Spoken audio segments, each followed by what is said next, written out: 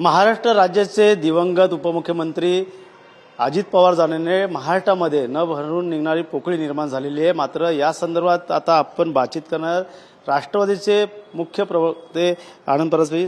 काय सांगाल, अजितदादा जाण्याने अनेक ठिकाणी जे ते महाराष्ट्रात न भरून निघणारी पोकळी निर्माण झाली, मात्र आता या संदर्भात चर्चा सुरू झाली की विलीनीकरणासंदर्भात काय वाटतं, दोन्ही राष्ट्रवादी येणाऱ्या काळात आता विलीनीकरण एकत्र येणार का, एकत्र दिसणार का, या सर्व चर्चा उधाण आलेलं आहे। असं आहे की महाराष्ट्र राज्याचे लोकप्रिय उपमुख्यमंत्री माननीय अजितदादा पवार साहेबांच्या आकस्मिक अशा दुर्दैवी मृत्यूमुळे केवळ राष्ट्रवादी काँग्रेस पक्षावर नाही तर संपूर्ण महाराष्ट्रावर एक शोककळा आली आणि कधी न भरून येणारं असं नुकसान हे महाराष्ट्राचं झालेलं आहे। त्यांचा अंतविधी व्हायच्या आधीच कुठनं विलिनीकरणाच्या चर्चा सुरू झाल्या हा माझ्यासारख्या कार्यकर्त्याच्या मनामध्ये प्रश्न आहे। विलिनीकरणाबाबत स्पष्ट भूमिका प्रांताध्यक्ष खासदार माननीय सुनील तटकरे साहेबांनी माध्यमांशी बोलताना विस्तृतपणे मांडली। राष्ट्रवादी काँग्रेस पक्षाची भूमिका 2 जुलै 2023 रोजीच देशाचे लोकप्रिय पंतप्रधान माननीय नरेंद्र मोदी साहेबांच्या नेतृत्वाखाली असलेल्या NDAमध्ये आम्ही सहभागी झालो। राज्यामध्ये महायुतीच्या सरकारमध्ये आम्ही सामील झालो। त्यामुळे ज्यांना विलिनीकरणाची घाई लागली आहे यांनी आपली भूमिका स्पष्ट करावी लागेल की त्यांना भाजप बरोबर NDAमध्ये आणि महायुतीमध्ये भारतीय जनता पार्टी शिवसेनेबरोबर यायचे की नाही। त्यानंतर त्या विलिनीकरणाबाबत चर्चा होऊ शकते, ती पण वरिष्ठ पातळीवर माननीय राष्ट्रीय कार्याध्यक्ष खासदार प्रफुल्लभाई पटेल साहेब असतील, त्याचप्रमाणे प्रांताध्यक्ष खासदार सुनील तटकरे साहेब असतील, उपमुख्यमंत्री व विधिमंडळाच्या आमच्या नेत्या सुनेत्रा वहिनी असतील, ज्येष्ठ नेते भुजबळ साहेब असतील, वळसे पाटील साहेब असतील, हसन मुश्रीफ साहेब असतील, धनंजय मुंडे साहेब असतील, हे सगळे बसून त्याबाबतची चर्चा ही होऊ शकते। पण विलिनीकरणाबाबतची चर्चा हे अग्निसंस्कार व्हायच्या आधीच कुठनं सुरू झाले हे माझ्यासारख्या कार्यकर्त्याच्या मनामध्ये आलेला प्रश्न आहे। मात्र पाहिलं तर अजितदादा जाण्याच्या अगोदर एक बैठक झाली होती, त्यात शरद पवार स्वतः आहेत, पवारसाहेब आणि अजित पवारसाहेब देखील आहेत। मात्र त्या ठिकाणी जी चर्चा झाली होती अगोदर झाली होती असं देखील आता राष्ट्रवादी शरदचंद्र पवार पक्षाच्या वतीने सांगितलं जातं। तसंच या ठिकाणी जितेंद्र आव्हाडांनी देखील म्हटलं की 2000% ही चर्चा झाली होती।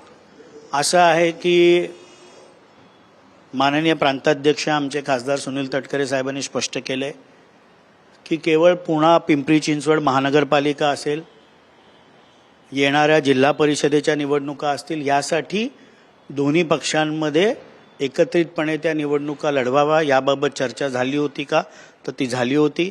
तशा प्रकारे जिल्हा परिषदेला अनेक ठिकाणी एकत्रितपणे निवडणुका आम्ही लढतोय। पण विलिनीकरणाबाबतची चर्चा ही आमच्या कुठल्याच वरिष्ठ नेत्यांबरोबर झाली नव्हती अशी स्पष्टपणाची भूमिका आमच्या नेत्यांनी घेतलेली आहे। तुम्हाला काय वाटतं, येणाऱ्या काळात दोन राष्ट्रवादी वेगवेगळे झालेत, येणाऱ्या काळात तरी विलीनीकरण होणं गरजेचं का? काय पाहायला गेलं तर सुनेत्रा पवार असतील, सुप्रियाताई असेल, शरद पवार असेल, एकच कुटुंब एकत्र आहे, त्यामुळे कुठेतरी येणाऱ्या काळात विलीनीकरण येण्याची गरज आहे का? असं आहे की आजही आम्ही सर्वजण त्या दुःखातनं सावरलेलो नाही। आमचं दैवत, आमचे नेते अजितदादा आमच्यामध्ये नाही, ही भावनाच अजून म्हणजे आम्हाला हे पटतच नाही मनाला। आणि त्यामुळे विलिनीकरण होईल नाही होईल, त्याची चर्चा होईल नाही होईल, याबाबतची वरिष्ठ पातळीवर चर्चा होईल। जो काय निर्णय पक्ष पातळीवर होईल तो कार्यकर्ता म्हणून आम्हाला मान्य असेल।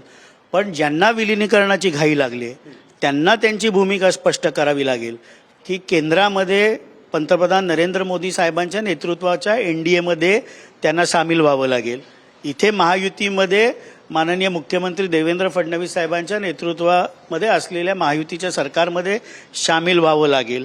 ते नेतृत्व त्यांना मान्य आहे का, ही भूमिका ज्यांना विलिनीकरणाची घाई लागली त्यांना स्पष्ट करावी लागेल। सर, पाहिलं तर यातच आता शेकापचे जयंत पाटील देखील म्हणतात की शपथविधी घेण्यासाठी एवढी घाई काय केली, काय वाटतं येणाऱ्या काळात कुठंतरी दुःखाचा डोंगर महाराष्ट्रामध्ये होता, मात्र अशा वेळेस घाई करणं उपमुख्यमंत्री पदाचा या संदर्भात असं आहे की दुःखाचा डोंगर ज्या माऊलीवर कोसळला त्यांनी ते दुःख बाजूला सारून राष्ट्रवादी काँग्रेस पक्षासाठी माझं कर्तव्य आहे की जे माननीय अजितदादा पवार साहेबांना अभिप्रेत होतं, 12.5 कोटी महाराष्ट्रातील जनतेच्या अपेक्षा, काम करणारा माणूस म्हणून कायम अजितदादांना इतिहास लक्षात ठेवेल. त्या विधिमंडळाच्या राष्ट्रवादी काँग्रेस पक्षाच्या आमदारांच्या बैठकीमध्ये त्यांना विधिमंडळ पक्षनेता म्हणून त्यांची निवड करण्यात आली आणि लगेचच त्यांना उपमुख्यमंत्री पदाची शपथ देण्यात आली.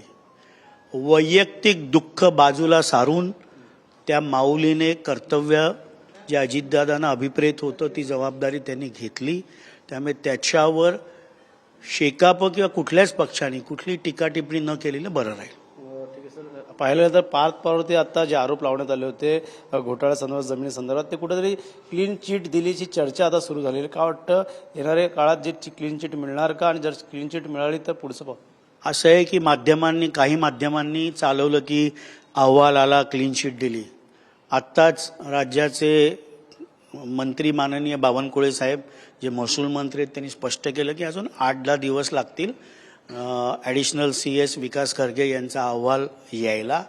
त्या अहवालानंतर त्याचे निष्कर्ष काय होतील हे लोकांसमोर येतील.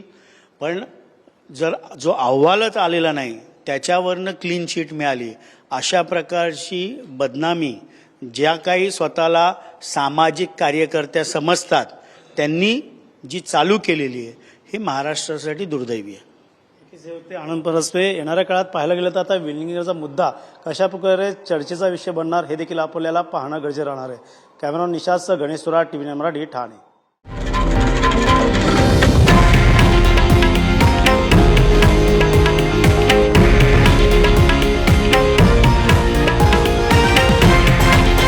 हे आहे देशातील नंबर 1 न्यूज नेटवर्क आणि आपण पाहत आहात TV9 मराठी, एकमेव.